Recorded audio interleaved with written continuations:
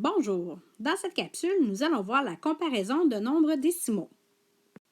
Nous allons voir l'ordre dans les nombres rationnels en commençant avec les nombres décimaux. La comparaison se fait toujours avec les mêmes symboles, c'est-à-dire plus petit, plus grand ou égal. Voyons une situation. Si tu achètes une boisson gazeuse, tu sais qu'il existe plusieurs formats.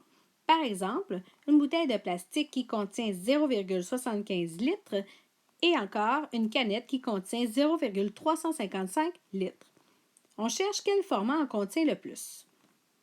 Parmi vous, il y en a qui ont certains réflexes qui sont des fois bons et d'autres fois moins bons.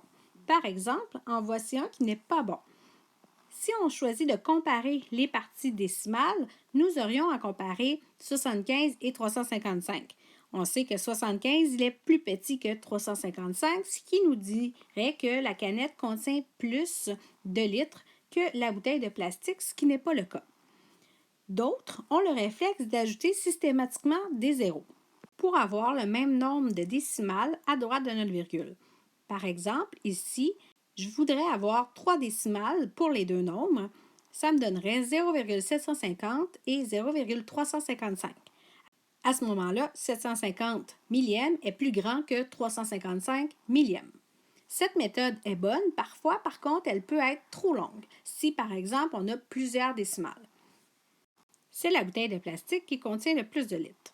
Maintenant, voyons une méthode plus efficace. Il s'agit de comparer, position par position de gauche à droite, chaque chiffre. D'abord, aux unités, nous avons un 0 dans les deux nombres. Par la suite, nous avons 7 à la position des dixièmes qui doit être comparé à 3 à la position des dixièmes. C'est ici qu'on détermine que 7 est plus grand que 3 au dixième et donc, c'est la bouteille de plastique qui en contient le plus.